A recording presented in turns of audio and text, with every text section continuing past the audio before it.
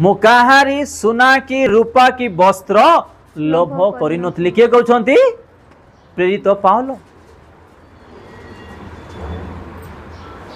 आज विशेष करी आमे लोभरु केमती दूर रहिबा, लोभरु केमती आमे उद्धार पाइबा, आउ से लोभर जो लालसा आम मानकर जीवन रे, हृदय रे, ध्यान मन आलोचना रे, शरीर रे, मुख रे, चक्षु रे आज बांधी अछि, से लोभरु केमती आमे दूर रहिबा, मुक्त हेबा, ए विषय रे विशेष करी आमे माने ध्यान देबा।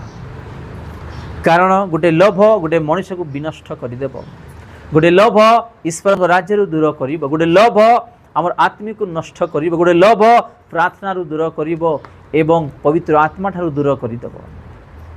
आज एमिति अनेक जीवन रे लोभ प्रवेश करी अनेक आत्मिक विषय आज नष्ट कर दैछन। आत्मिक विषय विशेष करी एठी स्पष्ट लेखा अछि, मु काहारी रूपा की सुना कि वस्त्र लोभ करी नथिली। केवल से आत्मा जेमती की पाइबे, स्वर्ग राज्य उद्धार पाइब, आत्मा पाई से दिन राति परिश्रम करुथिले, लोभ करुथिले। किए? जे कि साउल रु पाउल हेले।